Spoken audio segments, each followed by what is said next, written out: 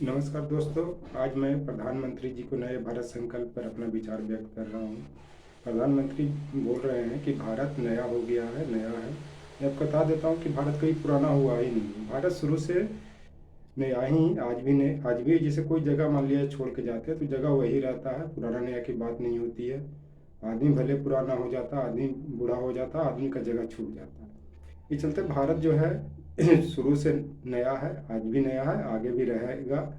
और ये जो बोल रहे हैं कि भारत की नए भारत की बात कर रहे हैं, मैं बता देना चाहता हूँ कि भारत का प्रारंभ से निर्माण जो हुआ है हमारे राग से हुआ है। और राग का जो निर्माण होता है वो सरगम के 7 अक्षर से होता है, या उसको अल्फाबेट कहते हैं, सारे गमा पधा नी।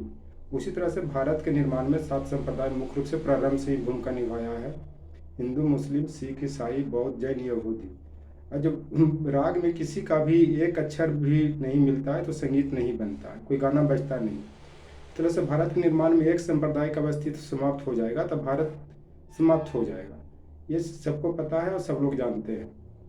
दूसरी जी, प्रधानमंत्री बोलते थे कि भारत को मैं झुकने नहीं दूंगा, ये नया भारत की बात कर रहे हैं, लेकिन इनके शासनकाल में भारत सिकुड़ रहा। चाइना उधर ओल्ड दौलत ओल्ड बेग में कम से कम महीनों से 10 किलोमीटर अंदर घुसा हुआ है, लद्दाख में घुसा हुआ है। पिछले साल भी देखा था कि बिहार रेजिमेंट के सैनिकों के साथ जो झड़प हुआ था उसमें भारत के भी सैनिक मारे गए थे, वो चीन के भी सैनिक मारे गए थे। आप इसी से अंदाज लगा सकते हैं कि भारत नया है कि पुराना है। भारत वही है। भारत की सीमाओं में परिवर्तन हो रहा है, वो चाइना घुसपैठ कर रहा है। अब चाइना यहाँ तक कह रहा है कि अब मैं अक्साई चीन दूंगा तो मुझे अरुणाचल प्रदेश का तवांग मठ का पूरा क्षेत्र दे दो। मैंने कहने का मतलब कि मेरा ही चीज़ है, उस पर कब्जा किए हुए मुझे ही वापस कर रहा है। उसके लिए दूसरे दूसरे दूसरे जगह की मांग कर रहा है। उसी तरह से आपको पाकिस्तान के बारे में पता है कि पीओ के उसके कब्जे में है। पीओ के तहत वो अंदर में कितना घुस रहा है। हमेशा वहाँ पे इस वर्ष भी कुछ दिन पहले देखे कि वहाँ पे बिहारी मजदूरों को, सिखों की हत्या हो रही है।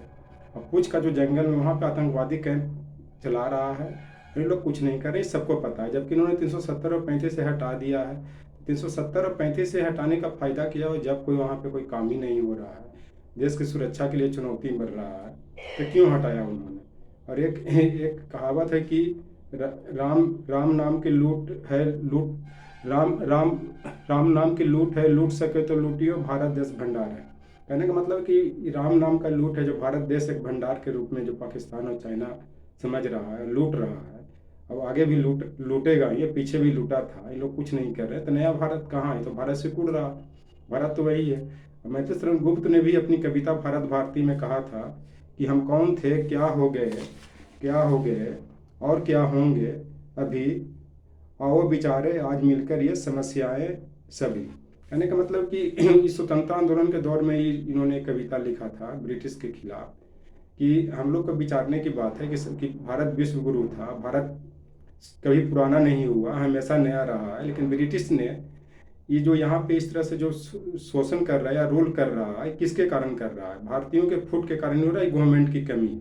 उसी तरह से आज चाइना जो घुसपैठ कर रहा है, या पाकिस्तान घुसपैठ कर रहा है, या जो भी बांग्लादेश भी कभी कभी आंख दिखा देता है, इसमें कमी किसकी है? आपको पूर्ण बहुमत की सरकार है, सारी गवर्नमेंट में आपकी सेनाएं आपके नियंत्रण में है, संसद आपके नियंत्रण में है, पैरामिलिट्री आपके नियंत्रण में है, तब क्या कर रहे हैं? नया भारत कैसे बनाइएगा? नया भारत के संकल्प को कैसे पूरा कीजिएगा? आप कुछ कीजिएगा तब न, इसी करने से नहीं न होगा। आप देख रहे हैं कि अब ग्लोबल हंगर इंडेक्स में भारत का स्थान पहले 94 था, 116 देशों में 4वां पर पहुँच गया है। गरीबी कितना बढ़ गई है, लॉकडाउन में कितने लोग मारे गए, कितने की हत्याई हुई यूपी में इनकाउंटर करके। इसके साथ साथ मॉब लिंचिंग में कितने मारे गए। फिर आप देख लीजिए दिल्ली दंगे में कितने मारे गए। अभी जो फिलहाल इनकी बात मैं कर रहा हूँ, तब क्या कर रहे हैं? आप कहाँ से कहाँ लेकर के चल रहे हैं? किस किस तरह से आप भारत को नया बना रहे हैं? आप भारत को नया बनाइएगा जब इसका एक रूपरेखा दीजिए, रोड मैप दीजिए कि चलते मैं आप लोग को विचारने की ज़रूरत है और देश की जनता डिसाइड करेगी भारत नया है कि पुराना है। मेरे समझ से कोई जगह, कोई देश या कोई राज्य या कोई सीमा, कोई क्षेत्र कभी पुराना नहीं होता, न नया होता है। उस सिचुएशन में वही रहता है। सिर्फ आदमी का उम्र ढल जाता है, आदमी बूढ़ा होता है, एक दिन छोड़ के चला जाता है। ये लोग नए भारत के संकल्प की बात नहीं करके भारत को सिकुड़ने की बात कर रहे हैं।